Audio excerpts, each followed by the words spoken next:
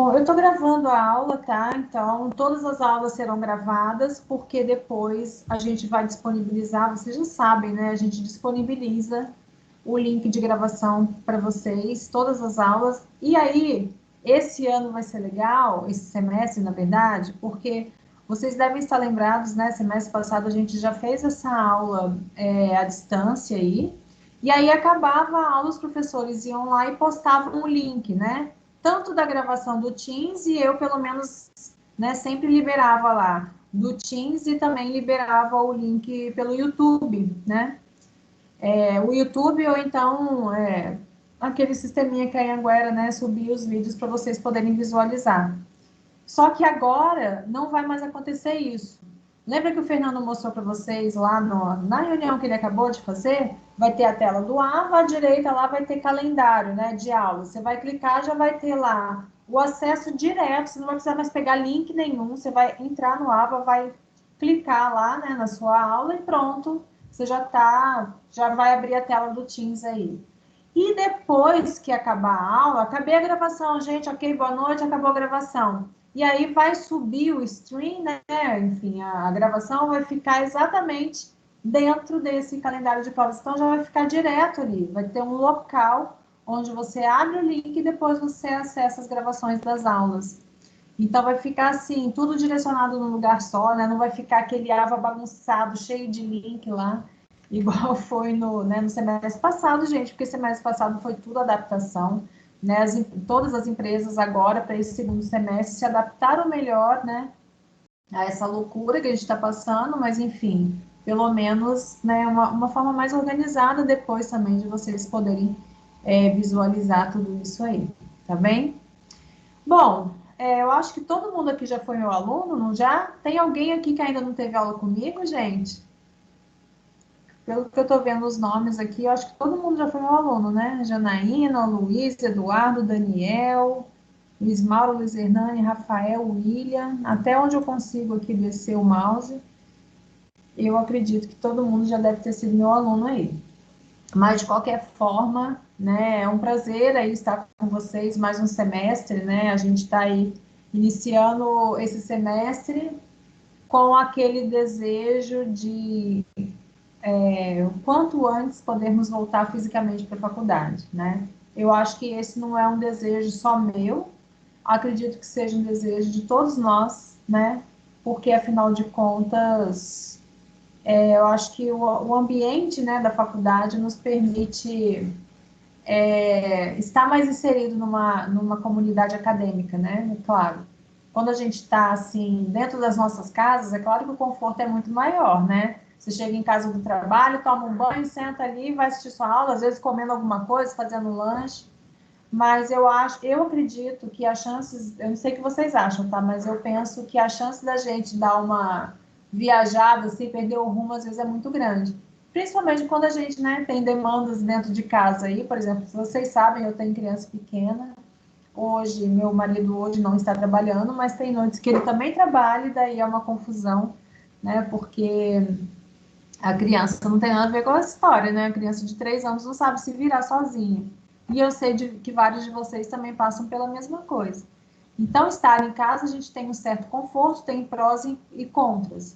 E estar dentro da faculdade também, porque muitas pessoas vão direto do trabalho, vão cansadas, tal, demora muito para chegar em casa depois da aula, mas o fato é que é mais gostoso mesmo, né? É mais gostoso estar no ambiente, né, da faculdade e tal. Então, gente, vamos mais um semestre aí, né? Enfim, levar a nossa aula da melhor maneira possível, né? Aqui online. Espero que vocês todos estejam aí, né, antenados e, enfim, sempre disponíveis, né, para aprender. Eu acho que quando a gente quer, a gente aprende de qualquer jeito, né? Seja online, seja presencial, porque muitas vezes você está no presencial também, só está de corpo, né? A cabeça sabe Deus onde está. Mas os meus votos aí são assim que vocês estejam o máximo possível aqui comigo, né? E é com grande carinho aí que a gente inicia mais um semestre, tá ok? A faculdade, como vocês estão vendo, né, passou por uma série aí de modificações no seu ambiente virtual. sempre buscando a melhoria, né, para atendimento de vocês. Com relação à volta das atividades presenciais, né, todos nós, né, gente, do estado de São Paulo inteiro, estamos trabalhando ainda com a data de 7 ou 8, não sei, de outubro, né, era setembro, passou para outubro, e agora é a data que nós temos. Quando chegar mais para frente, a gente vai ver o que o governo do estado de São Paulo vai realmente aderir, né, se vai manter essa data para volta presencial, ou se não, vai adiar mais um pouco, né. O fato é que a faculdade está preparada para o retorno presencial? Sim, está preparada, né? Todo aí um paramento, enfim, né? As instalações ficaram bem seguras para que seja proporcionado aí, para que todos os alunos possam assistir às aulas de maneira mais segura possível, do ponto de vista, né, sanitário e tudo mais, ok? Mas como vocês sabem, pelo próprio aí, pela própria, por enquanto, né, resolução do Estado de São Paulo, mesmo que volte presencial agora em outubro, não será com 100% da carga, né? Ou seja, nem todo mundo vai estar lá presente. Então, a gente provavelmente vai estar intercalando. Um dia, tal turma vai estar presencial, ou tais turmas. Segunda-feira, na terça-feira, tais turmas. Então, tem toda aquela coisa, né? Aquela cota de 35% máximo da capacidade total da empresa, que vai estar presente a partir de outubro, né? Então, não serão todas as aulas presenciais, vai ter ainda, se voltarmos em outubro, vão ter presenciais, eu acredito que vai ser dado aí até mesmo que uma prioridade para as aulas práticas, né, se possível, e fora isso, a gente vai tentar fazer aí, né, o máximo possível presencial. O que não der, a gente vai fazer online do jeito que a gente já está fazendo. O que não pode é perder conteúdos de jeito nenhum, né? Beleza? Então, vamos aguardar, né, o que o governo do estado vai nos trazer aí mais para frente, e também o que a direção da Kroton, né, da empresa Kroton, que isso aí é corporativo, vai trazer para a gente também, tá ok? Isso é uma coisa que eu gosto de comentar, porque, né, é uma dúvida que todos têm aí com relação ao retorno presencial. Então, a gente tem que aguardar mesmo, nós não podemos fazer nada.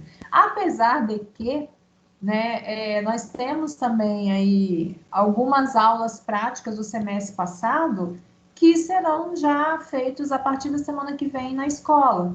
Por exemplo, eu tenho 2 disciplinas que eu dei aula no semestre passado que tinham carga horária de aula prática.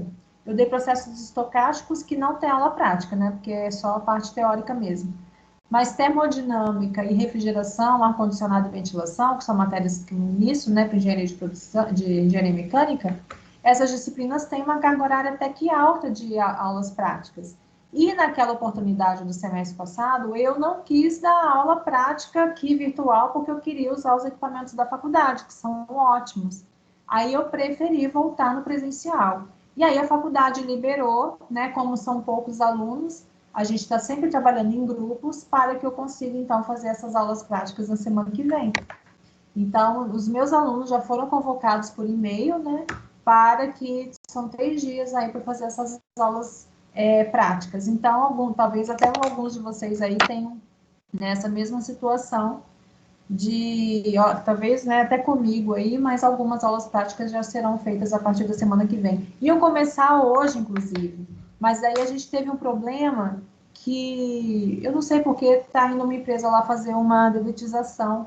E aí, como ia dedetizar, né, cheiro muito forte, aí preferiram jogar para a semana que vem, tá? Então, vamos ter umas aulas práticas aí, né? Porque são grupos pequenos e a faculdade permite, né, um distanciamento e tudo mais, tá? Mas dentro do protocolo de segurança, tudo aquilo que a gente já conhece.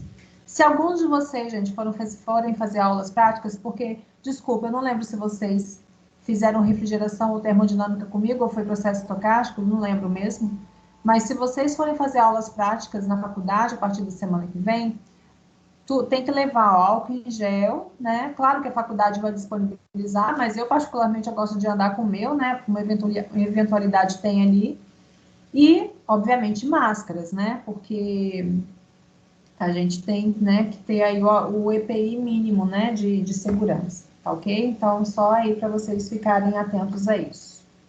Beleza, gente? Bem, com relação aí ao que o Fernando falou para a gente, né, para vocês principalmente, a gente já teve várias reuniões também esse semestre, E para esse semestre, vocês, alunos, têm essa modificação no AVA, onde você vai acessar direto a aula ali dentro do AVA, né?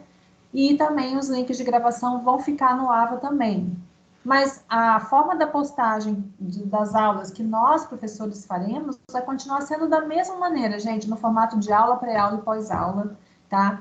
O que nós continuamos pedindo é que vocês sempre acessem ao AVA, o AVA, né, seja através do acesso para assistir as aulas online, que é ao vivo, que vai ser tudo ao vivo, não teremos aulas gravadas, eu gravo na minha casa hoje à tarde e posto para vocês no horário de aula, não, é tudo ao vivo, né, hoje 20 horas e 7 minutos, estou aqui conversando com vocês, então todas as aulas ao vivo, e depois esse link fica lá disponível, né, como vocês já sabem.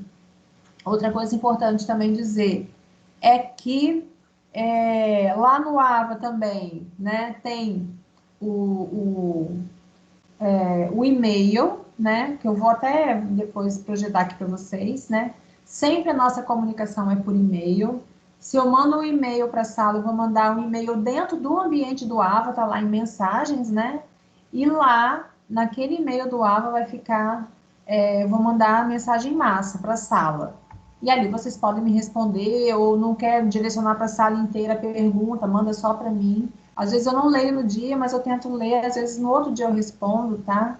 Então, o nosso canal de comunicação é exclusivamente pelo AVA. Eu não deixo disponibilizado, gente, o WhatsApp, tá? Porque às vezes é muito complicado, né? Porque eu tenho muitos alunos, eu tenho mais de 400 alunos, imagina todos com o meu WhatsApp, não dá. Minha vida é muito louca, eu não tenho nem rede social, para vocês terem uma ideia, porque não dá, né? Muita coisa para a cabeça. Então, a nossa comunicação é pelo AVA, tá ok? Uma coisa que eu vou pedir para vocês, já de cara, vou até riscar aqui nas minhas anotações, é que vocês façam a gentileza para mim de, aqui no chat, vocês têm acesso ao chat aí, não tem na nossa aula? Coloquem aí o e-mail que vocês estão utilizando, o e-mail pessoal, né? Porque às vezes a gente manda, aquilo que o Fernando falou, a gente manda mensagem em massa, só que vai para aquele e-mail que está cadastrado, né? E aí você era o e-mail da fábrica, você já saiu da fábrica, aí o e-mail volta para gente.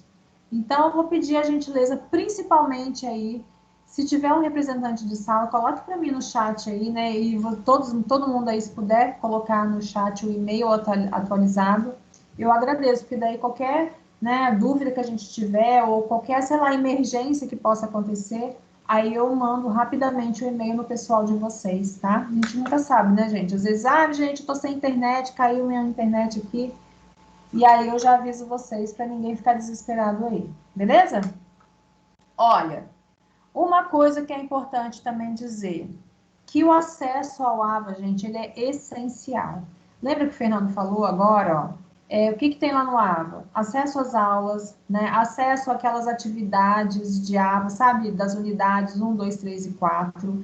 Atividades diagnósticas e complementares. Aquilo vocês vão ter que fazer, porque, assim como nos outros semestres, a gente vai continuar pedindo print de unidade, tá? E, além disso, além de fazer aquelas atividades, quando abrir o AVA, que ainda não abriu, nem para mim, gente, eu ainda não estou com AVA, eu consigo postar material, mas aquelas web aulas eu também ainda não estou conseguindo ver, porque essa semana é semana de ajuste mesmo, tá? Então, quando abrir tudo, não deixem de fazer as atividades, a gente vai dar, hoje eu vou até falar já, tem uma data aí para vocês depois me mandarem umas atividades para a gente fazer mais tarde, tá? Então, esse acesso ao AVA ele é essencial. Todas as atividades que vocês fazem, essas de pós-aula e pré-aula, tudo, além daquelas atividades que são auxiliadas por tutores, como ele falou lá, tudo isso entra no cômputo das suas atividades transversais. Lembra aquela pontuação enorme lá que você vai fazendo as atividades e vai pontuando, tá? Além de que vai pontuar para mim também, da minha disciplina especificamente, ok? E outra coisa importante também, deixa eu ver aqui, soma, né, nas atividades aí, desafio nota máxima, a Fernanda acabou de falar, desafio nota máxima é muito importante que vocês façam, que também é muito ponto que vai acabar somando depois, né, lá nas atividades transversais, então não deixem de fazer desafio nota máxima. O que é legal do desafio nota máxima? Geralmente são questões de concurso, gente, da área de vocês. Então, para muitos pode parecer, vou fazer o Ctrl+C, Ctrl+V, já sei a resposta, vou lá e marco. Ok, isso é uma escolha sua, né? Porque a gente sabe que tem resposta e tal. Mas a questão é, você está se autoavaliando, né? Se você está vendo uma questão que você não sabe responder, é porque você, se você já viu aquela disciplina e não soube responder, provavelmente você tem um gap de aprendizado. E aí você vai correr atrás disso, porque se você está fazendo um concurso, né?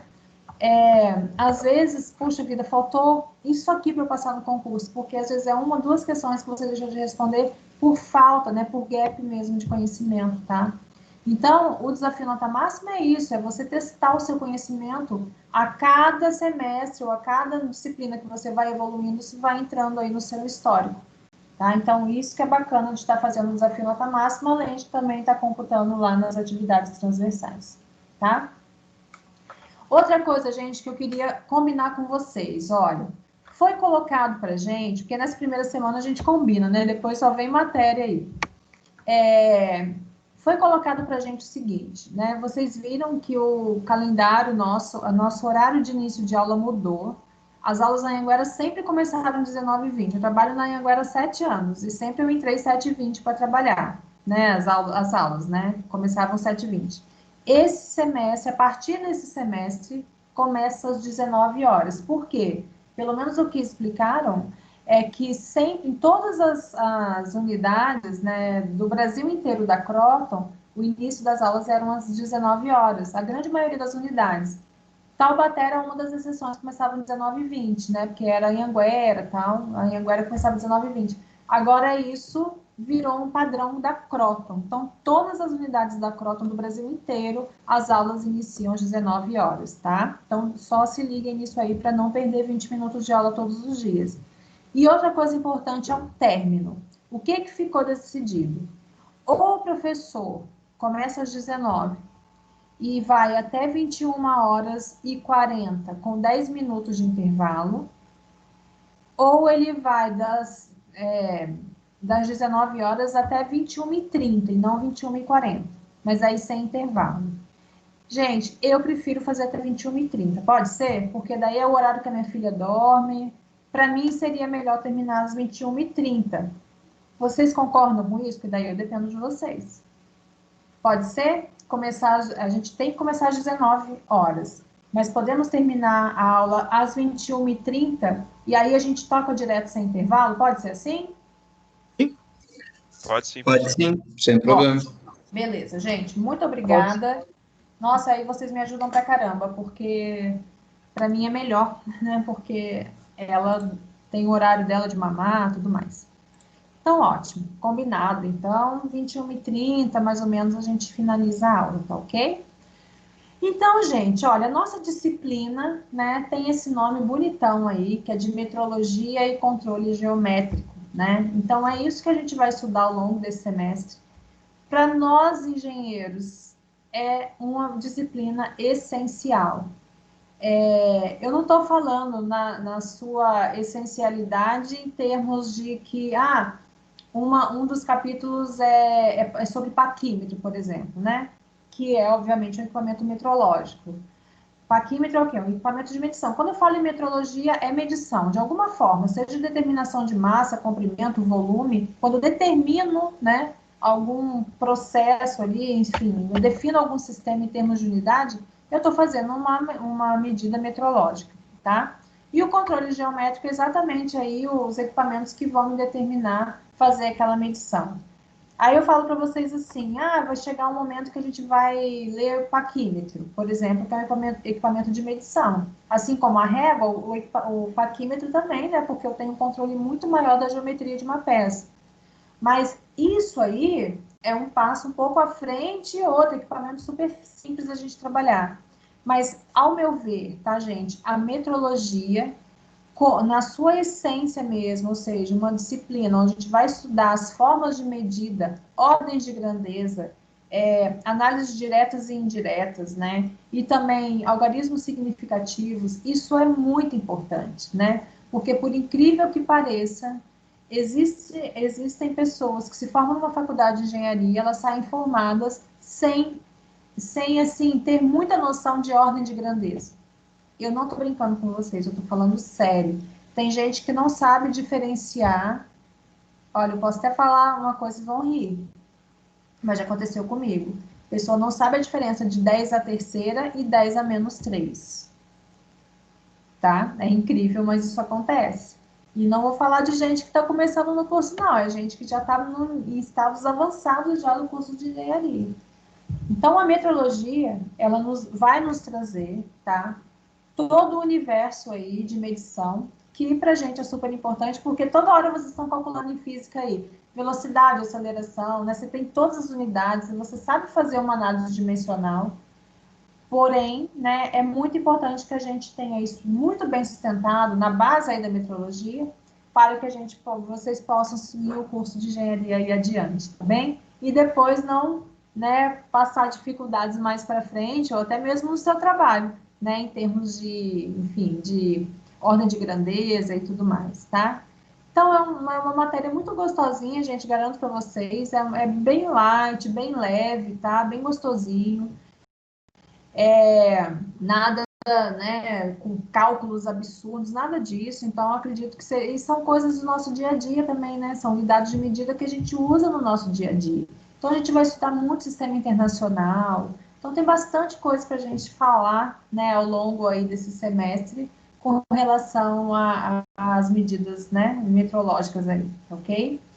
Bem, antes da gente começar, né, eu vou fazer aqui a apresentação do curso. A gente tem um curso aí, né, de 60 horas. Deixa eu só minimizar aqui um pouquinho. A gente está falando novamente, né, eu gosto de deixar isso aqui bem claro. Nós, alguns semestres já, né, a gente está a Croton tem esse sistema de avaliação continuada, que é esse sistema de pontos que a gente tem. Vocês, quando entraram na faculdade, eu não sei.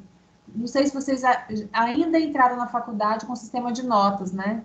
Tinha média lá, tal, era 6, aí no final da história tirava 5 no exame e passava. De uns anos para cá mudou e o nosso sistema de pontos é corrido, né? Então a prova vale 1.000 pontos, a outra prova vale lá tantos 1.000 pontos. No final da história, você faz atividades transversais, acesso AVA, tal, vai entregando as atividades e aí no final você tem lá, sei lá, tem que ter lá 14.000 pontos. Então, são pontos corridos ao longo do semestre e a essa determinação, né, de avaliação aí, ou seja, o seu resultado final em termos de aprovação ou reprovação, ela é baseada então no que nós chamamos de avaliação continuada, tá? Então isso que a gente sempre está falando. Olha, frequência, né, gente? A frequência é aquela história. A gente não pode cobrar de ninguém a questão do acesso, que tem muitas pessoas que ainda têm dificuldade com a internet, mas eu puxo sim, eu sempre estou puxando a lista de presenças, né? Porque aqui aparece para mim, né? Eu posso baixar a lista de presença ou fazer chamada, enfim, mas eu acho que esse semestre as frequências deverão ser maiores aí, também porque nós vamos ter trabalhos em quase todas as aulas para serem entregues, tá? Então, nós temos muitos trabalhos aí para serem entregues, e a começar por um que eu já marquei aqui, que vai ser uma entrega de um trabalho que vale 500 pontos de atividades de sala de aula, tá? E essa entrega vai ser dia 19/9. O que vai ser esse trabalho? Eu vou falar na semana que vem para vocês, tá? Que vai ser dia 31.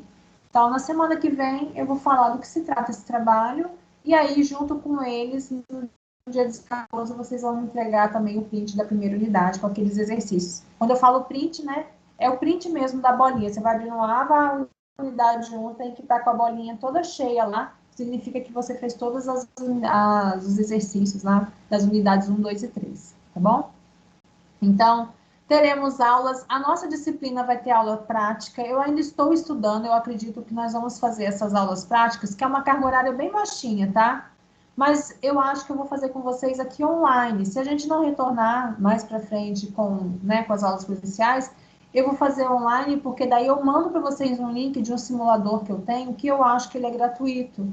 E daí eu mando para vocês e a gente vai mexendo aqui. Gente, vamos fazer leitura de paquímetro. Dá para a gente fazer como se eu tivesse com o paquímetro na mão, né? Com um relógio comparador.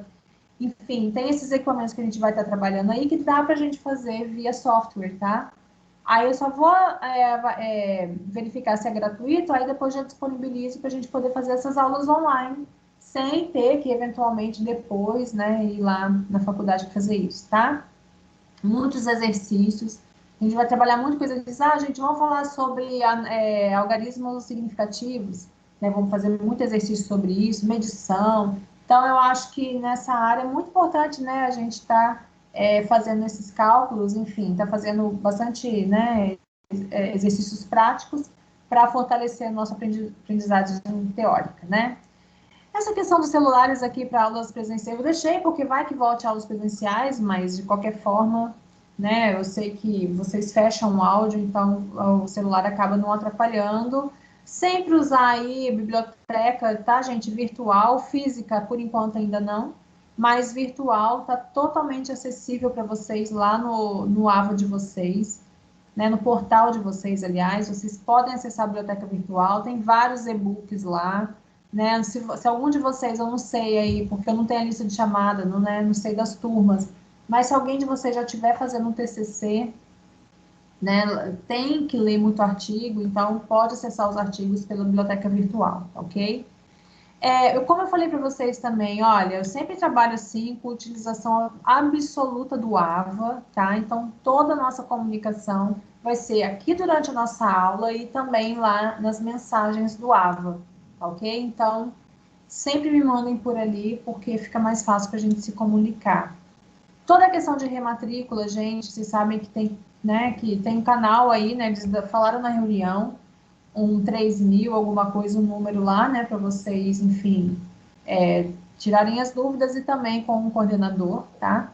Com relação a esse trabalho do dia 19, como eu falei para vocês, preparem-se, né, que vocês vão ter que me entregar um trabalho aqui, claro que nada absurdo, mas vai valer 500 pontos em atividades em sala de aula, e aí junto com isso vocês vão me entregar o print da atividade da unidade 1, tá ok?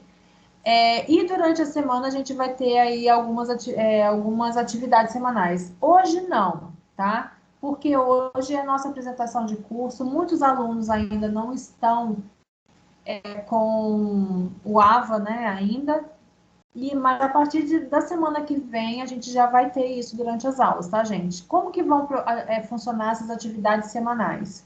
Eu dou toda a matéria, olha, gente, a matéria de hoje é sobre isso. Aí depois eu vou fazer um questionáriozinho no Microsoft Forms mesmo, né?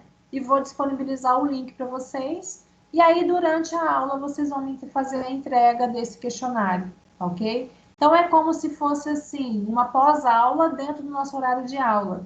E para cada atividade que você entregar, você vai somando 50 pontos. No final da história, né, você vai ter lá, ao longo dessas atividades, para todas as nossas aulas, você vai ter, acho que 300 pontos. Eu até anotei aqui, deixa eu ver aqui, acho que são 300 pontos. Tem tanta coisa anotada, deixa eu só ver aqui. Eu acho que 300 pontos, tá? Em atividades em sala de aula também. Então, por que o objetivo disso? Por que a gente vai agora dar exercícios durante as aulas? Isso não é só para a primeira disciplina, é para todas. Para que os alunos realmente assistam a aula. Porque no semestre passado, a gente dando aula online aqui, suando a camisa, né? E só que a frequência ficou muito baixa, e isso não foi bom. Então, a gente quer que vocês realmente assistam a aula e estejam, assim, de fato com a gente aqui o tempo todo, porque o objetivo é aprender. Quando a gente está em sala de aula, eu dou um exercício lá no quadro, eu vou de carteira em carteira tirando dúvida. Aqui não, né? Aqui a gente vai compartilhar a tela. Professora, olha aqui que eu fiz. Aí você vai fazer na sua tela, abre a tela, mostra para mim. Né? E aí eu vou encaminhar o link, né, do Forms, vocês vão responder o questionário e beleza. Então, a partir da semana que vem, a gente já faz essas atividades aí, tá? Mas é tudo com relação à aula que a gente está estudando, nada muito absurdo também, tá? Mas detalhe, como eu vou ter a lista de chamada, aí que tá, né? Como eu vou ter a lista de chamada ali, que eu posso abrir no Teams, é óbvio que eu só vai ganhar 50 pontos aqueles alunos, né, que estiverem na aula. Não adianta você me mandar depois o formulário do Forms preenchido, se naquele dia você não estava presente na aula. E aí a gente vai zerar aquele questionário, então que isso fique muito bem claro, tá, gente?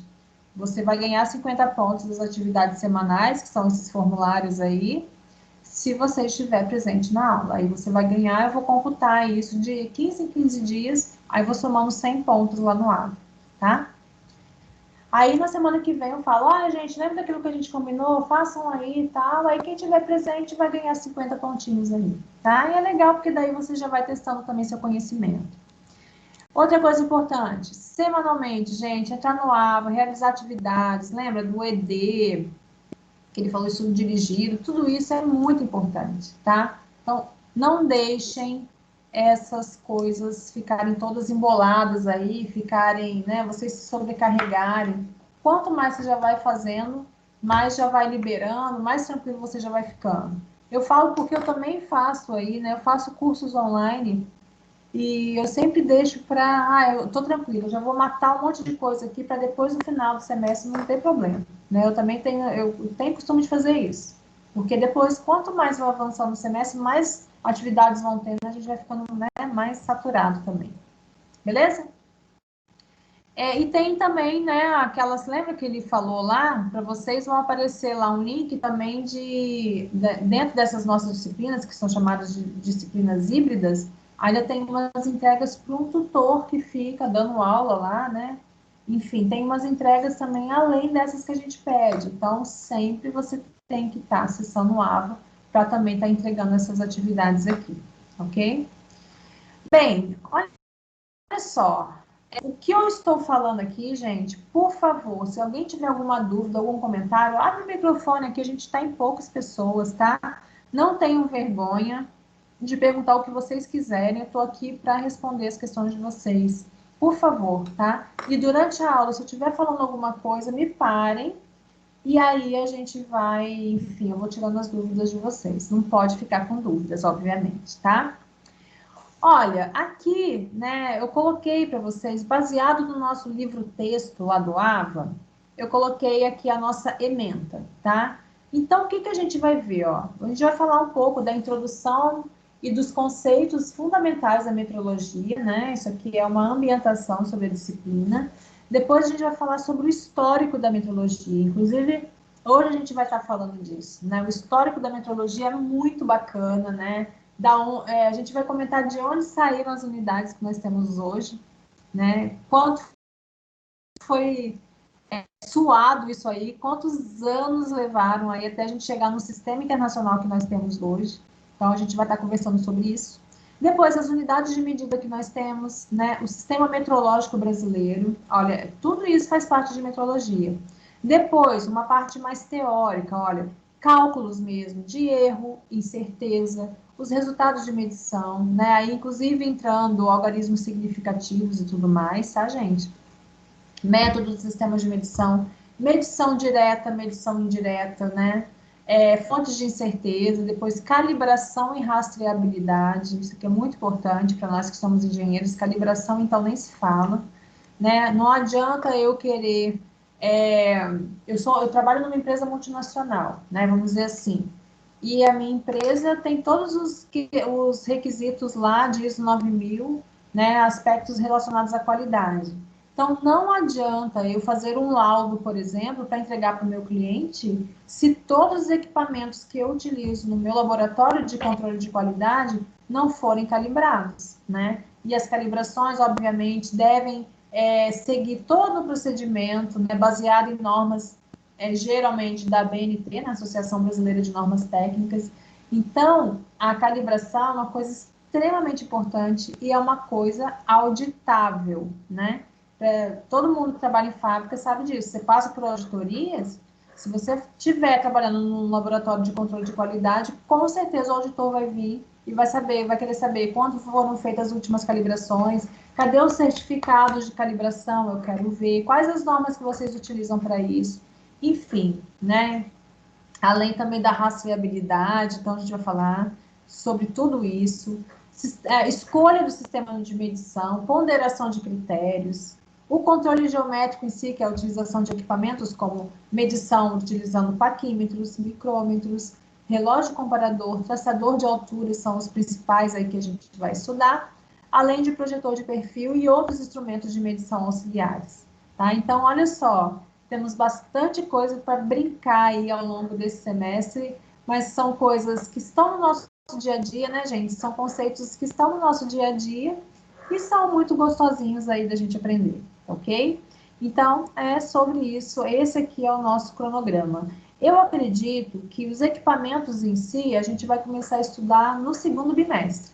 Então, a gente vai ter, né, agora agosto, setembro, quando chegar em outubro a gente faz a prova, e depois a gente vai ter aí o início do estudo do controle geométrico de fato, que daí vai ser utilizar, né, os equipamentos, paquímetro, micrômetro, e é isso que eu vou tentar trazer os softwares para vocês, tá? Para a gente trabalhar à distância mesmo.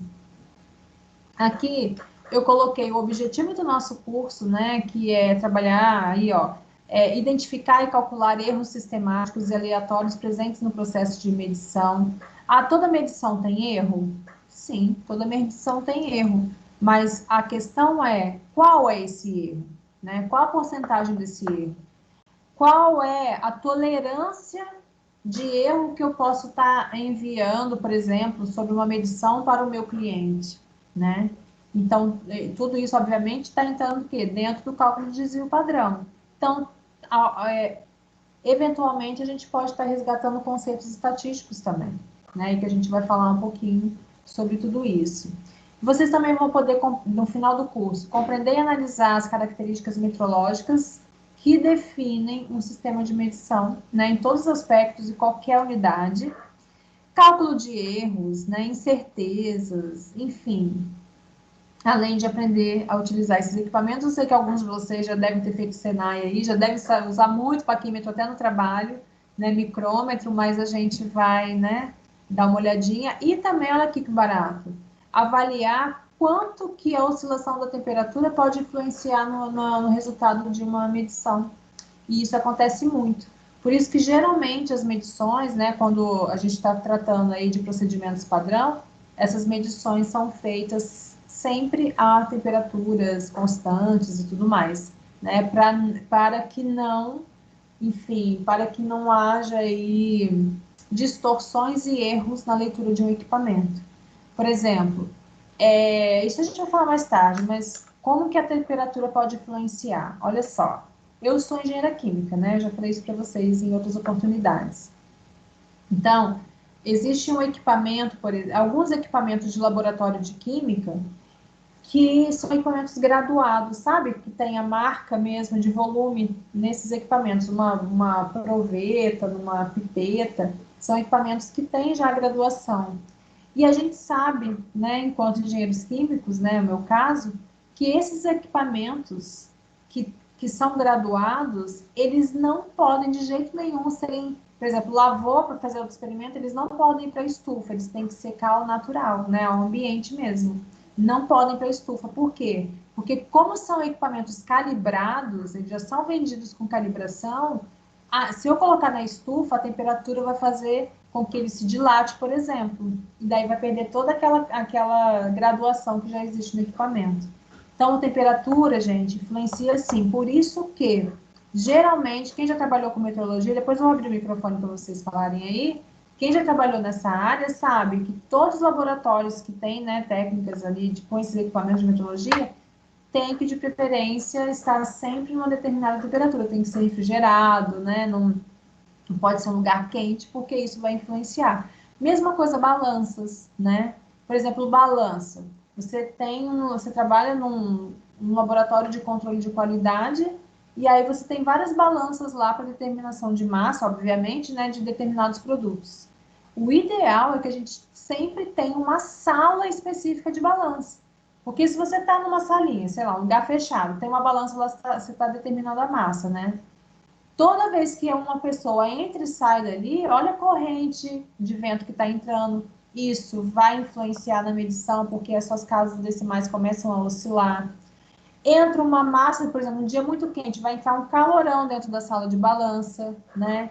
Então, o ideal é que as salas de balança sejam sempre colocadas o quê? Numa temperatura constante, de preferência acima da temperatura ambiente, né? Abaixo, desculpa, da temperatura ambiente, que sejam aí refrigerados esses lugares, para aumentar o tempo de vida útil da balança, e não só isso, a sua calibração, né?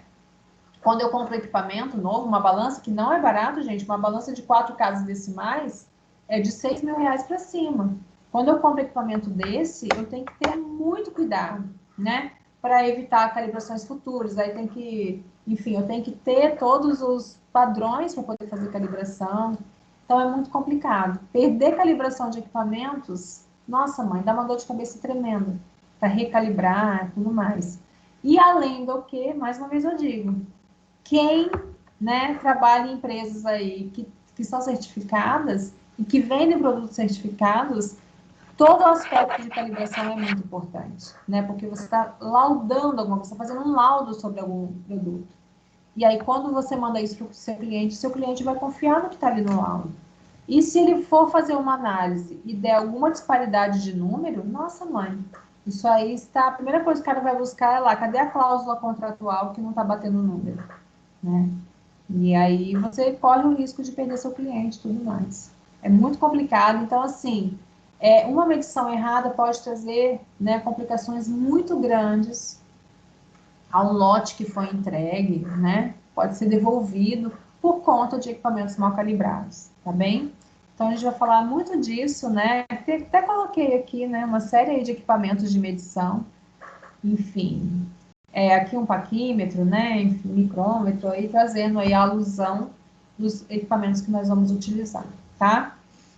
Rapidamente para vocês aqui um calendário, olha só, coloque na agenda de vocês, eu não sei se vocês já têm isso lá no AVA, né, no portal de vocês, mas já tem aqui as datas para P1 a P2, coloquei P1 para ficar mais curto, mas é a prova do primeiro bimestre, né, será aqui, ó, nessa semana de 5 a 9 de outubro, tá?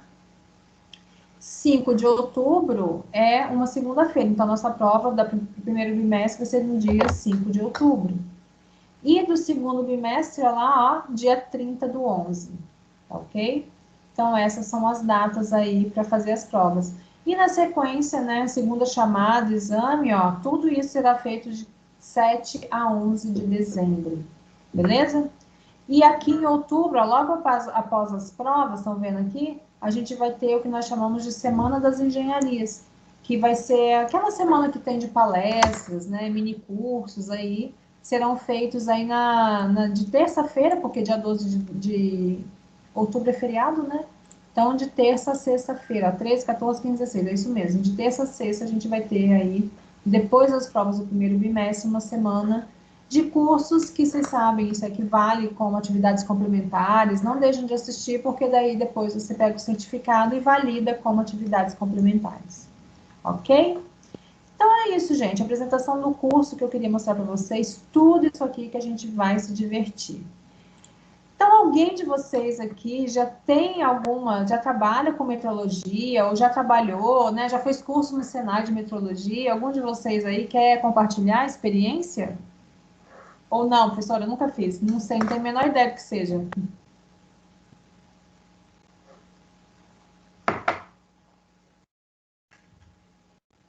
E aí, alguém de vocês já fez? Ou não? Oi, professora, boa noite, pessoal. Oi, boa noite. Luiz, aqui eu trabalho aqui na EDP e a gente, na EDP. isso, a gente dentro dessa parte de metrologia, né, Sim. eu cuido da parte de medição, né, dos nossos medidores, aí, os eletrônicos e os eletromecânicos, né, e todos eles obedecem lá uma portaria, né, assim como eles vêm calibrados lá com o certificado do Inmetro, né, Inmetro, que é mais ou menos isso que a senhora vai desbravar para a gente aí, né? Isso, perfeito. É isso aí, tudo calibrado, né? Quem exatamente, né, faz, né, atesta essas medições, calibrações aí, é o órgão, né, que a gente está ligado a isso aqui no Brasil, é o Inmetro, né, que faz parte aí de todo um conselho. Depois eu mostro o organograma para vocês, que é bem interessante. Ainda mais na área. Oi? Rapidinho, o que é a rastreabilidade disso tudo que a senhora falou? Isso, rastreabilidade é o seguinte, você tem um equipamento que é calibrado, né? Você tem um laudo desse equipamento que é calibrado, ele vai, uma vez que ele é calibrado, você recebe lá um certificado.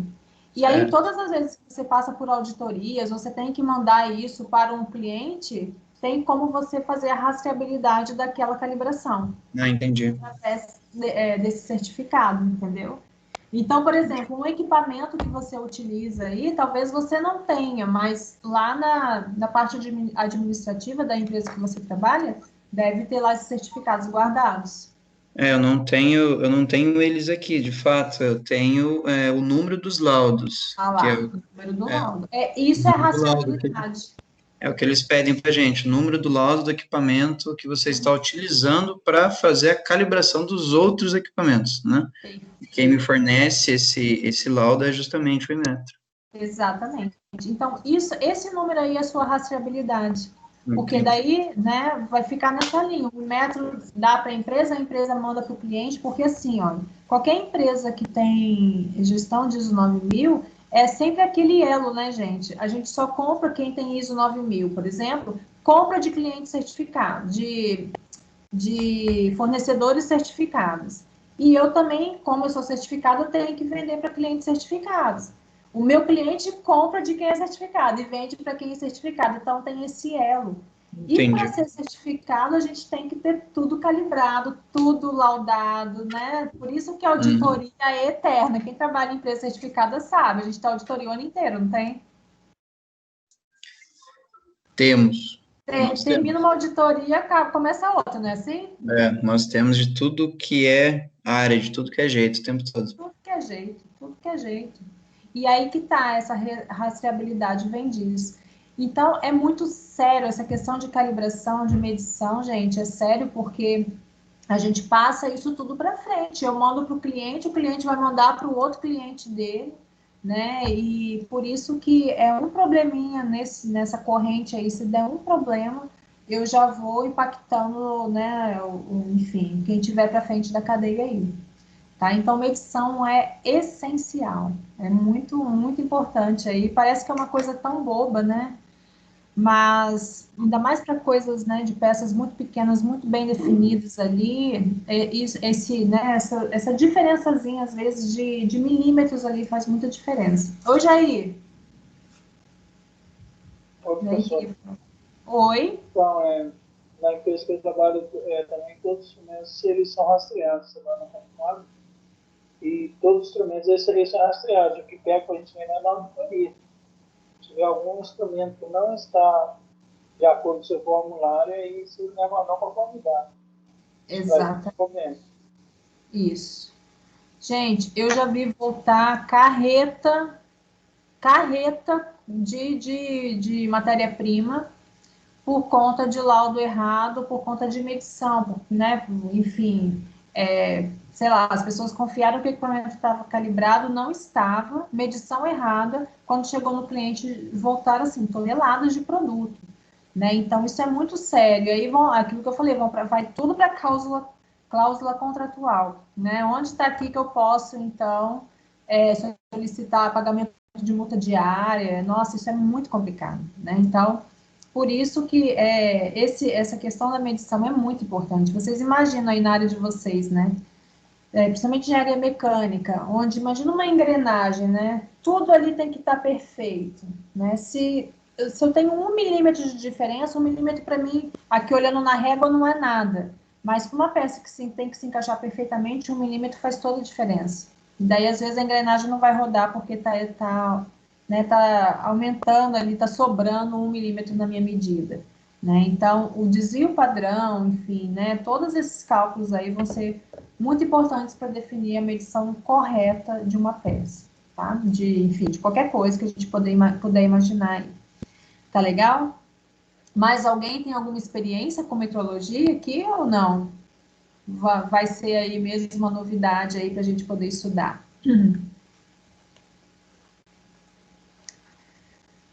Ok, então olha, eu vou continuar aqui, tá? Então, isso aqui que eu mostrei para vocês, tá, gente? Já tá lá na pré-aula da unidade 1, toda essa ementa aqui.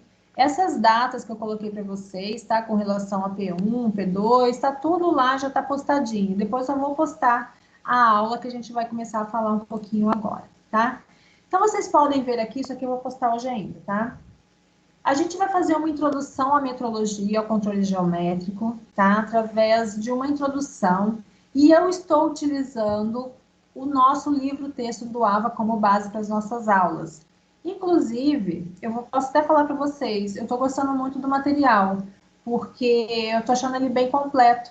Tem material do AVA que eu acho bem amplo, né? Bem genericão. Esse não, eu estou achando ele bem escrito, sabe? Então tem um início, meio e fim ali na narrativa do autor. Então, eu estou utilizando esse livro como base e, obviamente, eu nunca utilizo só uma fonte bibliográfica, né? Eu utilizo como base. E daí eu vou inserindo outros conceitos que eu acho bacana, assim, eu sempre vou colocando. Vou continuar aí mostrando vídeos para vocês, tá? Para quem ainda não conhece minhas aulas aí, eu sempre acabo passando um vídeo sobre um determinado assunto, que eu acho que isso também é legal, é visual e também dá um tempo da minha voz aí, que às vezes é cansativo, tá? Então, vamos começar a definir a metrologia. Oi? Oi? Você falou do livro do AVA, e o livro está dando, bom, no meu está dando erro aqui. Tá dando erro ainda, tá. Eu só eu mandei consegui, pro Fernando. sim, eu só consegui, tá, o meu também tá dando erro no meu sistema. Eu só consegui porque a gente tem um canal dentro da Croton que chama Sala do Professor. E aí eu consegui por ali, entendeu? Lá tem todo o material didático de todas as disciplinas. Então, eu como professora, meu login de professora, eu consegui baixar. Mas, tranquilo, ó, fiquem calmos, gente. Semana que vem, se Deus quiser, o AVA vai estar girando aí redondinho. Até, às vezes até no final da semana, tá? Mas calma que vai aparecer tudo para vocês. Para mim também não tá. É que eu consegui baixar lá desse sala do professor. Fica tranquilo aí. Mas tudo que tá lá dessa unidade 1 encontro 1 tá aqui, ó. É exatamente esse resumo que eu fiz para vocês, tá, gente? Fiquem tranquilos. De onde vem esse termo metrologia? Olha, ele vem do grego metron. O que significa metro? Significa medida. E logos, que se remete à ciência. Então, metrologia é a ciência das medições, olha lá. Tudo que envolve medição de qualquer aspecto, né? Na nossa vida, aí, a gente é movido por medições, né? Por unidades de medida. Então, a ciência das medições é tudo que nós fazemos aí sobre metrologia. Então, metrologia é a ciência da medição que abrange todos os processos, olha só, teóricos e práticos, tá? Relativos às medições. Quando eu falo teóricos, é você entender mesmo, né? O que é incerteza, o que é erro, né? Que a gente vai fazer aqui. Quando eu falo práticos, é você pegar o equipamento mesmo e fazer a medição ali, né? Em loco, tá? Então, lá, é a ciência da medição que abrange todos os processos teóricos e práticos relativos às medições, qualquer que seja a incerteza, que inclusive eu posso determinar, em qualquer campo da ciência ou da tecnologia.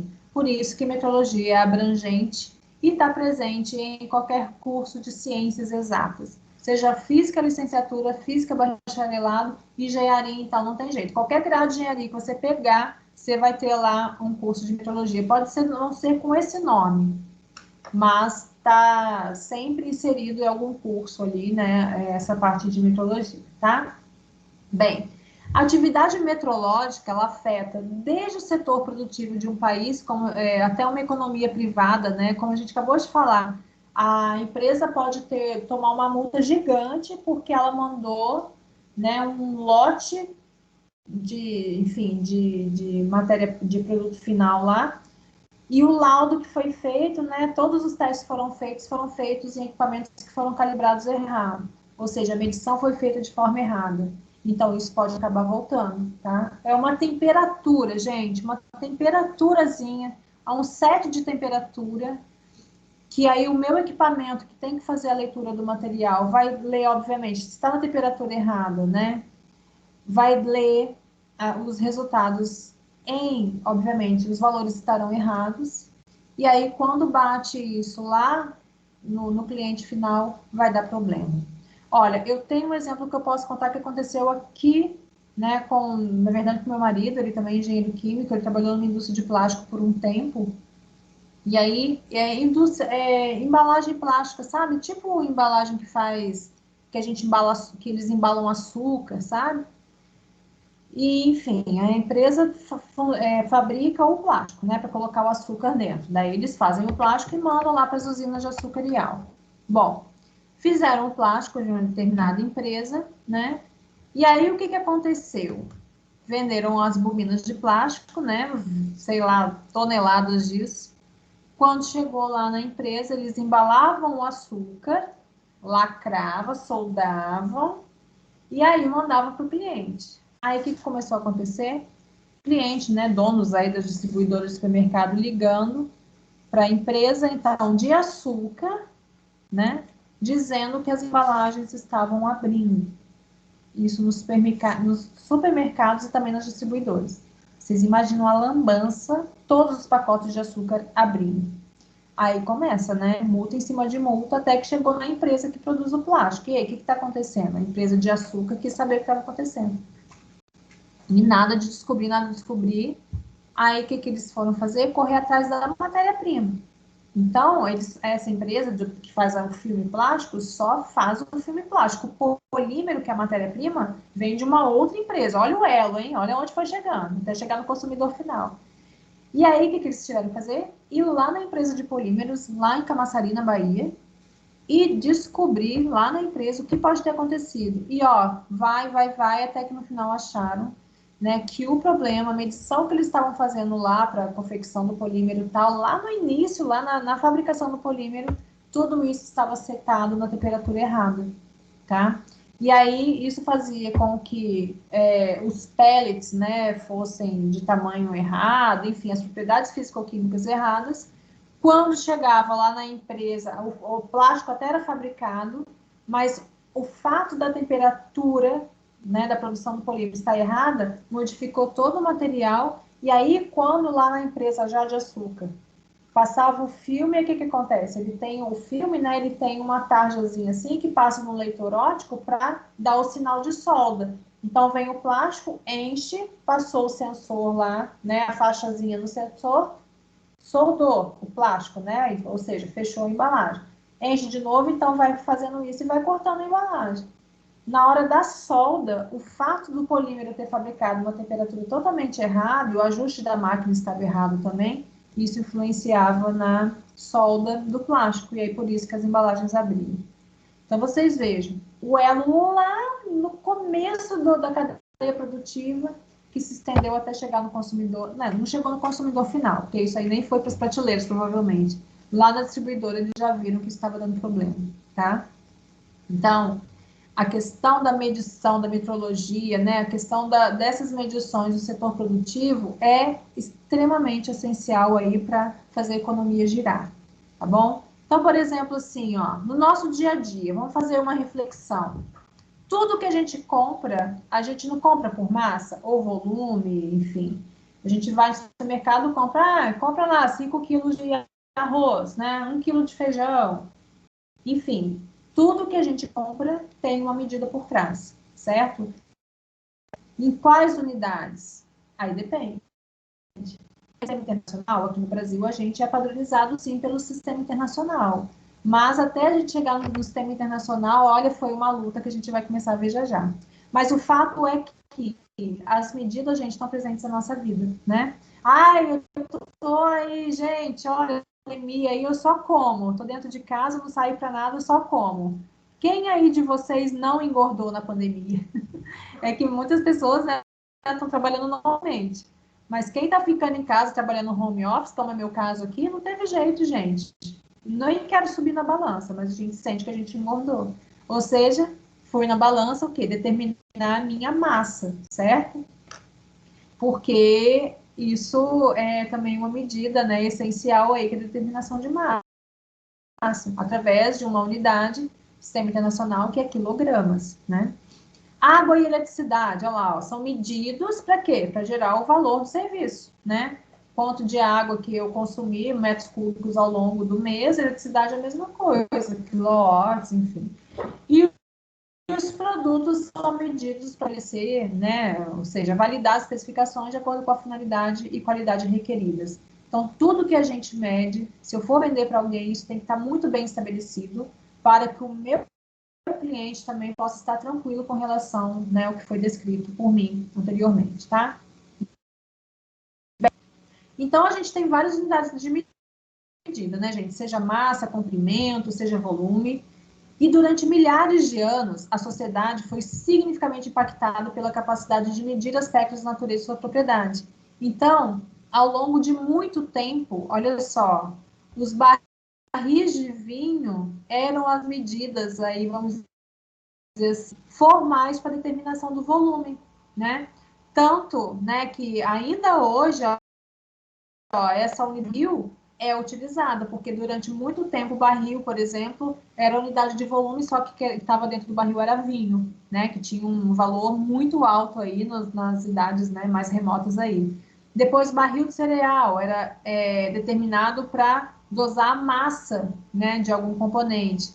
E passos do pé, ou seja, determinação de comprimento. Então, a gente vai ver a história disso aqui, que é bem interessante. Então, medidas fundamentadas na anatomia humana, pé, braço, polegada, enfim, tudo isso aí foi muito disseminado nas civilizações antigas, principalmente no Egito Antigo, né? Onde os egípcios, não sei se vocês sabiam disso, olha, eu amo história, né? Então, quando eu vejo isso aqui, eu fico encantada. Os egípcios adotavam o cúbito como medida de comprimento. E o que é o cúbito? É a medida da distância do cotovelo até a ponta do dedo médio. Então, é isso aqui, ó, né? Desde a medida aqui do cotovelo, não sei se vocês estão conseguindo ver aí, que não está aparecendo meu rosto aqui, até, ó, essa altura toda, aqui até chegar na altura do dedo médio. Aqui tem, ó, olha aqui o cúbito, tá vendo? Do cotovelo até chegar no dedo aqui. E isso aqui tem, em média, né, 50 centímetros. Mas olha o detalhe aqui, de quem que era mesmo o braço? Do faraó, né? E é uma pessoa, né? Era uma pessoa só. É claro que se você pegasse o faraó, o empregado do faraó lá, essa distância aqui já ia dar diferente, porque cada pessoa tem uma medida, né, específica aí. Bem, mas como eu tô falando, olha, sempre utilizando a anatomia humana. Vamos ver outro exemplo, ó. Os romanos, né, um pouquinho mais para frente, né, mais recente, vamos dizer assim. Não tão, mas não é como o Egito, né? Eles introduziram o conceito de milha. O que era milha? Equivalia a 1000 passos de um legionário. Então, um legionário, que era, né, um cara lá que ficava fazendo aquelas andanças lá, tinha que andar 1000 passos. E daí eles mediam aquilo ali e introduziram o conceito da milha, né? 300 milhas. Nos Estados Unidos, por exemplo, é muito utilizada até hoje a medida de milha, né? Enquanto que os ingleses utilizavam, desde então, a polegada, o pé e a jarda, que são medidas que nós chamamos de medidas inglesas, ou até hoje é utilizado medida em polegada, inclusive, né, como essa medida, essa especificamente, é muito utilizada aqui no Brasil para compra de tubulação, né? Eu quero uma tubulação de 3/4 de polegada, meia polegada, enfim, isso é utilizado ainda. Apesar que nós sabemos como converter polegada para o sistema internacional, mas é utilizada. Por exemplo, pés. Eu vou mergulhar tantos pés de profundidade, não é assim que a gente utiliza? A aeronave está não sei quantos mil pés de altura, né? Além disso, a jarda. Olha aqui, ó, as medidas. Polegada, nós sabemos muito bem, vocês já fizeram aí desenho técnico e tudo mais, né? 25,4 milímetros ou 2,54 centímetros. Era polegada. De quem mesmo era polegada, gente? Quem sabe da história aí? Essa medição da polegada aqui veio de qual pessoa na época? Lá de trás? Era do rei, né? Se pegar o meu dedão, pegar o seu dedão, né, de qualquer pessoa aí, é claro que a medida da polegada vai ser diferente disso, né? Por alguns até pode ser coincidência, mas poucos serão. Mas a polegada era pelo rei, né? O tamanho lá do dedão do rei. Palma, mesma coisa, olha lá, 22 centímetros, né? O pé, ó, tantos pés de profundidade. A medida era o pé do rei, que, né, tem lá escrito nos históricos lá, que equivalia a 30,48 centímetros, tá? Então, enfim, até hoje existe, né, essa unidade aí, essas unidades que são do sistema inglês, mas tudo isso, né, veio evoluindo. Outra unidade também que era muito utilizada, olha só, a jarda. A jarda era a medida do nariz, olha o rei aqui de novo, né? Olha, do nariz do rei até no polegar aqui do dedo, tá vendo? Nessa posição aqui. Aí, essa distância equivalia a 91,44 centímetros. O passo era outra unidade, olha só. Tinha, né? Aí era convertido em pés, né? E os braços, a braça, que era exatamente a envergadura, vamos dizer assim, do rei, né? Desse dedão, desse dedo médio até o outro dedo médio, a envergadura que era a braça, de 2,2 metros, tá? Mas, enfim, tudo isso aí eram medidas que dependiam da anatomia humana. Então, durante muito tempo foram tidos aí como únicas, foram utilizados muito, né? No século XII, o rei Henrique I da Inglaterra oficializou, inclusive, o padrão de jarda. O que era a jarda, como eu mostrei ali? Ó, a distância entre a ponta do nariz e seu polegar apontado para cima com o braço esticado. Aqui é a jarda. Ó. Essa era a medida aqui. Quem instituiu isso foi o rei Henrique I no século XII, lá na Inglaterra. Mas, gente, tudo isso dependia da pessoa, como a gente estava falando aqui, né? Pro rei era um tamanho, pro serviçal dele era outro tamanho, olha lá. Então, não havia um padrão de unidade. E outra coisa, né? O rei da Inglaterra tinha essa medida. O rei de outro, né? De outra cidade, outro reino lá, também tinha outra medida. Então, não existia um padrão, mesmo que fossem os tamanhos do rei aí, não existia um padrão de unidade que atendesse essas demandas, né? Vindas aí do estreitamento dos vínculos das regiões. Tanto que esse aqui, ó, o cúbito, por exemplo, que foi uma medida muito utilizada, né, que era essa distância aqui do cotovelo até o dedão, do dedo do médio do rei, a princípio, o que eles tiveram que fazer? Porque o rei tinha que vender mercadorias ou qualquer coisa para os reinos vizinhos. Então, eles começaram a fazer o molde do braço do rei, o cúbito, em pedra, né? E aí, quando iam vender alguma coisa, vai lá o cúbito de pedra para o outro reino. E aí vinham os cavalos, levavam não sei quantos dias para chegar, né? Era tudo muito longe. Aí, como era muito pesado, depois eles começaram a desenvolver esse molde em madeira, né? Porque a madeira era mais leve, só que aí a madeira degrada muito mais rápido. Então, era tudo muito complicado, fazer negócios de reino para reino, né, utilizando um padrão que o meu cúbito é de um jeito, o cúbito do outro rei era de outro. Né? Então, tinha essas questões aí que sempre, né, dava problemas aí entre os reinos. Né? Mas, enfim, isso aí uma hora teve que ser padronizado, né? Não tinha como. Olha, além de existir diferenças nos métodos de medição, que cada rei tinha uma medida e daí dava confusão, havia as diferenças também, né, nos tempos atrás aí, nos sistemas numéricos, como o sistema de numeração. Olha, tinha o sistema de numeração romano, hindu, chinês, árabe, né, que eram substituídos com base no qual o novo regente assumia o poder. Então, por exemplo, o rei da Inglaterra, né, usava lá o sistema dele. Aí ele ia comercializar com o reino lá, no vizinho. Aí o rei morria, aí ele adotava um outro sistema, né? Então não era mais a jarda, era um outro. Então sempre dava muito problema aí quando acontecia isso. Chegou uma época que apenas na França, gente, na Idade Média, estimava-se que havia cerca de 250 mil unidades diferentes. Tem noção disso? Na Idade Média, né? Na França, só na França, em cerca de 250 mil unidades diferentes, entre massa, comprimento, volume, que loucura, né? Como que, quer dizer, não tinha como mesmo ter um padrão, né?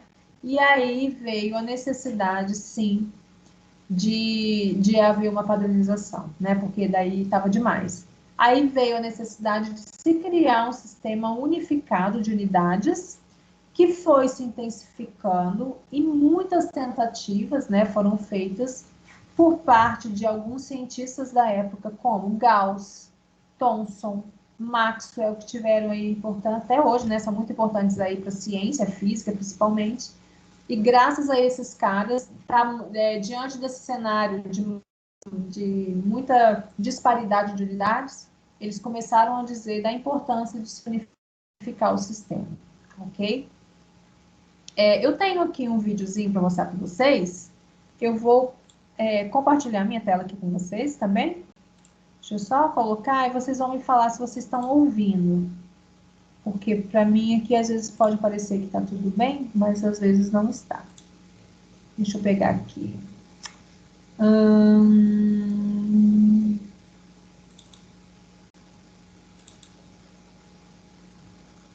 Ó, vou passar um videozinho para vocês. Vê se vocês estão ouvindo aí.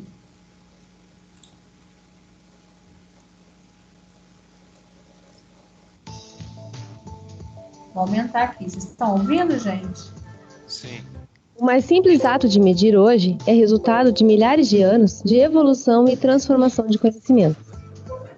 Neste bloco, veremos que na pré-história surgem as primeiras formas de contar e medir, por meio das quais medidas humanas e instrumentos rústicos são usados como referências para as comparações. Que essas comparações tomam corpo com a descoberta da agricultura e são organizadas... Não, mas o vídeo não apareceu, não. Ah, não mesmo, gente. Peraí. Desculpa. Eu esqueci só de compartilhar com vocês. Peraí.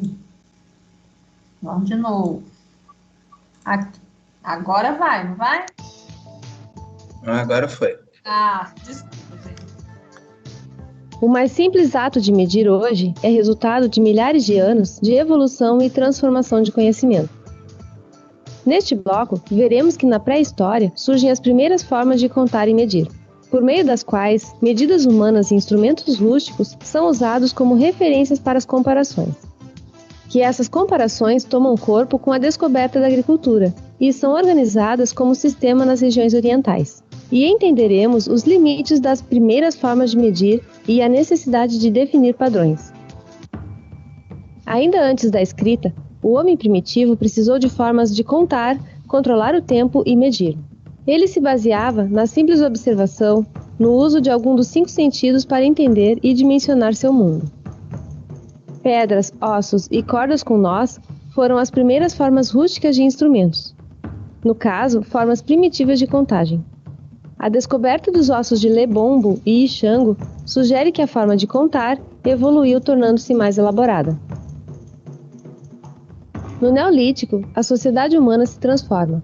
Tribos nômades se fixam, se dedicam à agricultura, e aparecem as primeiras formas de medida em volume, para controle de estoques e relações de troca.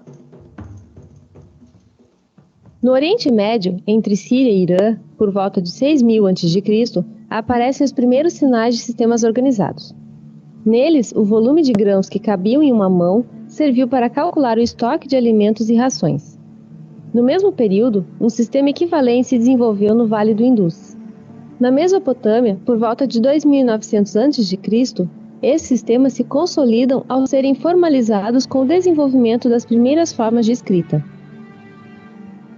Na Antiguidade, muitos dos sistemas de medida eram de origem antropométrica, ou seja, baseadas no corpo humano. Uma mão em concha ou um palmo, o comprimento do antebraço, passos para mensurar um terreno, braços abertos do rei, são exemplos de formas de medir que usaram o corpo humano. Enfim, pés, palmos e polegar são formas primitivas de medir que se consolidaram como unidades. Os sistemas de unidades antropométricas são práticos pela facilidade de entendê-los, mas têm limitações. Medidas antropométricas variam de pessoa a pessoa, ainda mais de região a região. Além disso, estabelecer submúltiplos para partes do corpo é difícil e as medidas não são muito precisas. Neste bloco, fizemos um rápido panorama dos primórdios da metrologia. Ou seja, né, gente, era uma bagunça, né, não tinha padronização para nada. E aí, por isso que eu estava falando para vocês, né, aí verificou-se mesmo, né, a necessidade aí de a padronização, né, então, porque começou, né, os povos começaram a brigar muito por conta disso. Aí, lá já, ó, em 1700 e pouco, durante a Revolução Francesa, O novo sistema de medidas teve como ponto de partida uma única medida universal, que foi o metro, né?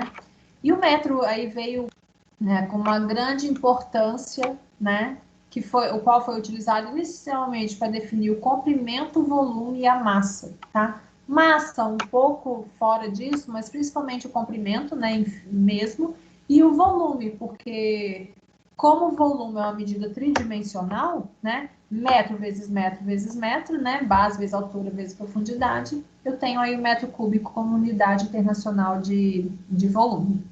O método surgiu a partir de uma constante percebida na natureza, isto é, olha só como que o método surgiu, eu não sei se vocês sabem disso, mas percebeu-se que o metro seria 10 milionésimos da distância do Equador ao Polo Norte, através do meridiano da Terra que passa por Paris. Essa medição aqui ocorreu em 1791, 7 anos após os pesquisadores definirem essa distância. E aí essa medição só foi possível de 7 anos, teve duração de 7 anos essa medição aqui. Essa medição aqui, ó, tá vendo? Então, desde, né, o Polo Norte até a linha do Equador, passando por Paris, certo? Então, tudo isso aqui levou para ser medido em 7 anos. Só que aí, depois que teve isso, eles pegaram essa medição, dividiram isso, ó, em 10 milionésimos, e aí surgiu a medida que nós conhecemos hoje, que é o metro, tá? Depois, ó, o litro, unidade de volume, né? O litro a gente sabe que é 10 a menos 3, né? Ou 0,001 metro cúbico. 1 metro cúbico ele equivale a 1000 litros, né? Então, o litro, ele vem daí. E ele estava falando de massa lá em cima. Mas o quilograma, que é a unidade de massa, ele não veio diretamente pelo comprimento, mas ele veio pelo comprimento e pela densidade. Sabendo que se a gente tem 1 litro de água destilada a 4 graus, eu conheço a densidade, né, da água, que é 1 gramas, enfim, né, na unidade lá. A densidade é 1. E sabendo que tem 1 litro, então aí ficou definido o quilograma como a unidade, né, de quilogramas por litro, seria a densidade aí da água, 1 quilograma por litro. Os 2 primeiros protótipos padrões de platina para designar o comprimento, que representa o metro, e a massa, que representa o quilograma, eles estão depositados nos arquivos da República em Paris. Então, aqui estão as fotos, olha.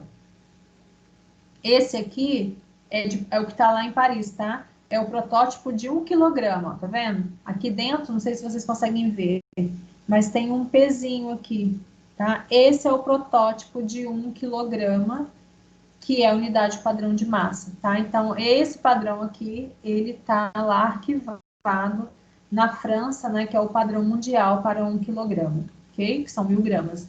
E isso aqui, ó, essa barra é o protótipo internacional do metro, tá? Isso aqui tá num arquivo nos Estados Unidos, ok? Então, isso aqui equivale a 1 metro, é um padrão, enfim, né? Dessa medida aqui, então, saíram todas as outras réguas, trenas que a gente conhece, tá? Mas esse é o padrão que está guardado. Bem, então a gente estava falando que lá na Revolução Francesa, olha, veio então o metro, né, que é o sistema de medida que a gente conhece até hoje para comprimento. Aí veio a queda do Império Francês. Então, isso foi no auge, definir o sistema e logo em seguida o Império Francês caiu. E aí os países, né, subjugados à França, voltaram aos seus sistemas anteriores. Então, imagina que a bagunça voltou. Só que mesmo alguns países voltando a ter suas medidas, do rei, da mão do rei, do pé do rei, Portugal e Holanda, ainda assim, aderiram voluntariamente ao sistema métrico. Então, eles não voltaram atrás, eles continuaram a seguir aí a França, que eles viram que deu certo, né, uniformizar um padrão. Então, Portugal e Holanda seguiram a França aí no sistema métrico. E cada vez mais países passaram a adotar o sistema métrico, né, pela padronização, o que trazia economia para vários países aí. Aí já vinha até, né, começava-se aqui o termo globalização, né, que um país já estava comercializando os seus produtos com os outros. Só que mesmo, né, Holanda, Portugal, a França continuarem no sistema métrico, assim como outros países, a Inglaterra, que era o principal rival da França na época, não aderiu ao padrão métrico, né? Mas com o tempo, depois de muito tempo após a queda da França, eles começaram a adotar o sistema métrico como alternativa ao sistema imperial, tá? Mas eles já tinham aí os seus sistemas, né, de medição pelo corpo do rei. E nessa época, os Estados Unidos, que já tinham, né, se tornados independentes aí, né, tornaram-se independentes da Inglaterra, eles resolveram não aderir ao novo sistema métrico, né, mesmo com a Grã-Bretanha ali já adotando o sistema métrico, e atualmente os Estados Unidos, a Libéria e Mianmar ainda não se adequaram completamente ao sistema internacional, que traz o metro como unidade de medida. Tanto é que, né, quando quem já vai, né, já passeou nos Estados Unidos e tal, sabe, a gente vê as placas lá tudo em milhas, né, porque eles não é quilômetro, né, eles ainda utilizam aí aquelas unidades antigas, né, que é a unidade de comprimento, e não só isso, né, as unidades, principalmente inglesas, né, continuam fazendo parte aí do sistema americano. Quando a gente vai nos Estados Unidos, por exemplo, o termômetro não mostra, é muito raro mostrar a temperatura em graus Celsius, né? Geralmente eles mostram em Fahrenheit, né? Que é uma das medidas de temperatura que eles utilizam lá, mas que não é sistema internacional, porque no sistema internacional não é nem graus Celsius, é o Kelvin. Lembra disso? Da física? É Kelvin. A gente vai falar depois das unidades internacionais. Então, gente, foi nesse contexto, então, né? Depois de toda essa confusão, que apenas, então, o metro já era a unidade de medida, né, de comprimento, volume e massa também. Mas só em 1960, olha, coisa super recente na história, né, quando a gente compara a Idade Média e tudo mais, só em 1960 que foi criado o Sistema Internacional de Unidades, que é o SI, né, que o SI hoje, ele contempla 7 unidades de base, que é a unidade de comprimento, que é metro, tempo, em segundo, massa, quilograma, corrente elétrica, amperes, eu tenho até aqui, né? Acho que eu coloquei aqui. Amperes, tá? Temperatura, Kelvin. Quantidade de matéria, que para mim, que sou engenheira química, é extremamente importante, que é o mol. E intensidade luminosa, que é, eu sempre esqueço o nome disso, a candela, aqui, ok? Que faz parte do sistema internacional, beleza? E além das 7 unidades de base, que são para essas medidas aqui, a gente tem 22 unidades derivadas com nomes e símbolos específicos, inclusive já utilizando aí, né, por exemplo, sei lá, as unidades derivadas, por exemplo, velocidade, né? Metros por segundo, ou seja, comprimento por tempo. Então, no sistema internacional, velocidade, que é uma das 22 unidades derivadas, é dada em metros por segundo. Aceleração, metros por segundo ao quadrado. E por aí vai, né? Quando a gente pega uma unidade do sistema internacional e junta com outra para dar uma outra unidade, outro tipo de unidade, então a gente está falando de unidades derivadas dessas 7 aqui, beleza? Então tá lá, ó, comprimento, aí eu vou falar das 7 agora, tá? Independentes aí. Comprimento, a unidade é metro, né? E olha só, gente, isso aqui é muito importante. No livro, a unidade de metro estava com M maiúsculo, e não é M minúsculo, tá? O comprimento do trajeto percorrido pela luz no vácuo durante um intervalo de tempo de, sei lá quanto que é isso aqui, do segundo, ou seja, metro, né? O metro foi definido a partir disso aqui, né? Lembra lá? O que a luz percorria desde o Polo Norte até chegar na linha do Equador, passando pela França. E isso aí, né? Deu exatamente o milionésimo dessa medida, foi então 1 metro ali, ok? A massa, ó, massa vem lá do protótipo, né, de 1 quilograma, que foi definida pela densidade da água. E a unidade da massa é quilograma, cuja unidade é kg. Estão vendo aqui? Tempo, segundos, e o S minúsculo, hein? Nada de S maiúsculo. E mol é a quantidade de matéria que foi definida através, né, de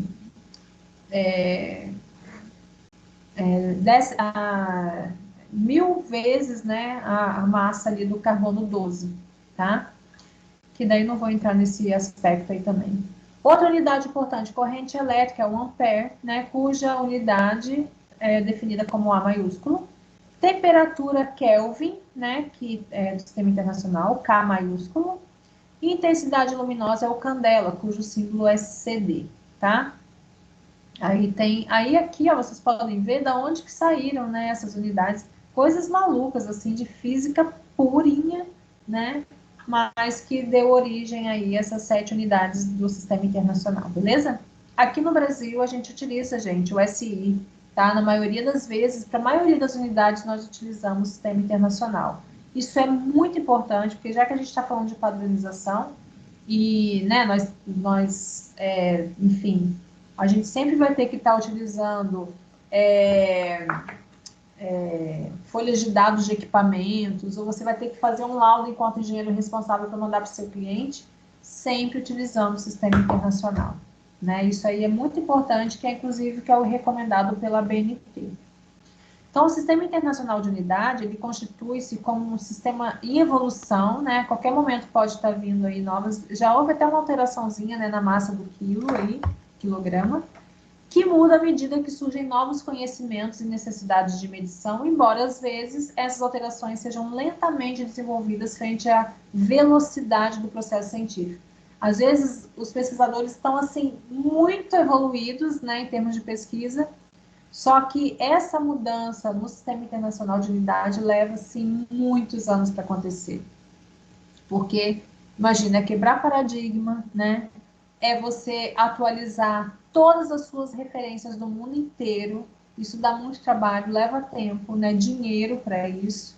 E aí isso acaba impactando até mesmo em algumas pesquisas, ok? Bem, as unidades derivadas, olha, são grandezas que derivam das unidades de base, que são aquelas 7, como eu falei para vocês, né? A área, por exemplo. A área é base vezes altura, então metro vezes metro, metro quadrado. Né? Volume, metro vezes metro vezes metro, metro cúbico. Velocidade, metros por segundo, então comprimento dividido por tempo. Então, quando a gente faz isso, a gente tem, né, as unidades aí, que são as unidades derivadas, olha lá, velocidade, metros por segundo, aceleração, metros por segundo ao quadrado, área, metro quadrado, volume, metros cúbicos, né? Luminância, ó, candeia por metro quadrado, campo magnético, o símbolo é o H, né? Que é ampere sobre metro, ó. Concentração, mol por metro cúbico, né? Enfim, mol é a unidade, né, da química lá. E como o volume no sistema internacional é metro cúbico, a gente pode usar assim, apesar que na prática a gente use mol por litro, não em metro cúbico, tá? Então aqui são algumas unidades derivadas, são 22 no total, e eu trouxe algumas aí para vocês, né, entenderem o que são as unidades derivadas, certo? Então, gente, olha, percebeu-se, né, que a capacidade do homem para quantificar e entender o mundo ao seu redor se desenvolveu em uma linguagem que é a base da ciência e da tecnologia modernas, que otimiza a relação do comércio, né, aumenta os processos, melhora os processos de produção e manufaturas que são vendidas entre comércios ou entre empresas. Então, isso acaba, assim, homogeneizando, inclusive, os termos, né, homogeneizando números, homogeneizando unidades. Isso é bom para quem está comprando, para quem está vendendo. Isso eu estou falando de modo globalizado, né? Além de garantir maior coerência das medições ao longo dos anos. Então, depois de tudo isso, né, de toda essa história, é muito importante a gente saber que a gente tem um sistema internacional que nos dá base, né, para que a gente possa, inclusive, no mundo globalizado, fazer comércio aí entre vários países. Muitas vezes a gente se depara com números tão grandes, ou seja, números tão grandes, tanto para números grandes, né, acima de maior que 1 ou menor que 1, que são tão pequenos no caso, que a gente não consegue entender o valor efetivo. Então, para isso, né, que são utilizados aí os prefixos, né, no sistema internacional, tá? Bem, hoje a gente não vai entrar aqui com o prefixo das unidades de grandeza. A gente vai continuar falando disso na aula da semana que vem. E daí, obviamente, na aula da semana que vem, a gente vai continuar com o nosso bate-papo. Vamos falar de unidades de medida, né? Vamos falar sobre organismos significativos, fazer exercícios, que eu acho que é legal, né? Para a gente entender ali, visualizar esses números. Porque aquilo que eu falei para vocês, gente, unidade de medida, ordem de grandeza, isso é essencial para nós que somos da área de engenharia, né? A gente não consegue vender, não consegue praticar aí enfim, um bom comércio aí com os nossos clientes finais se a gente não fizer isso de forma, né, coerente, tá ok?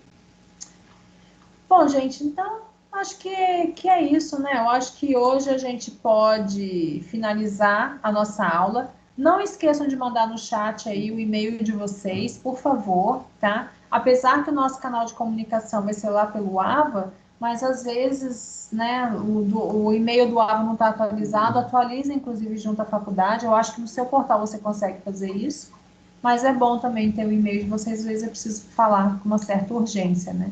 Às vezes é mais fácil ver o e-mail. O meu e-mail pessoal eu vejo na tela do meu computador que tem coisa nova.